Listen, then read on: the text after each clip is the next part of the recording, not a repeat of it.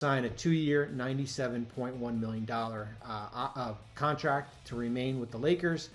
He can have a player option on this contract if he wants. He can do a 1-year extension if he would like to. He can only sign for a maximum of 2 years because of the over 38 rule.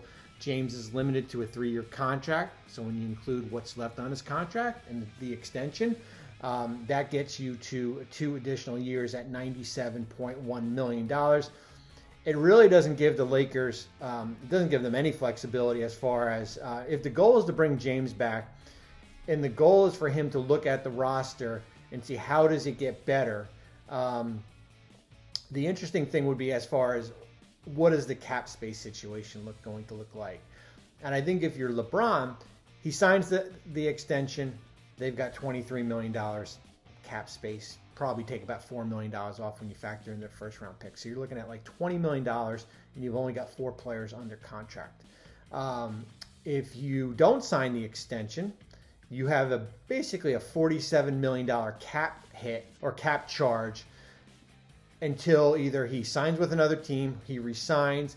So even if he doesn't sign this deal, this extension, it's not like you've got $47 million because you technically have this hold that is going to count against the cap. So basically, you're going to be in the same situation as the summer of 2019 when you were chasing Kawhi, where you basically have $23 million in room. You can get to probably about 32 if Talen Horton-Tucker is traded or if he declines his player option in his contract here. So that's why the urgency to go out and get a player like Kyrie Irving, to go out and get maybe Buddy Hield and Miles Turner, for example, guys that have bird rights that you can retain and still have maybe your full mid-level exception.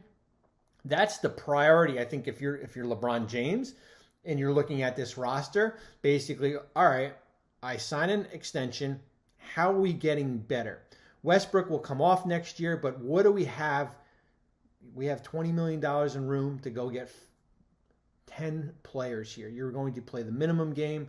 You can sign 1 free agent. You can split it up into 2. But that's going to be the interesting thing is if LeBron looks at the roster and says, you know what? I'm going to wait until next offseason, or I'm going to wait until we see Kyrie get acquired in a trade to do what I want.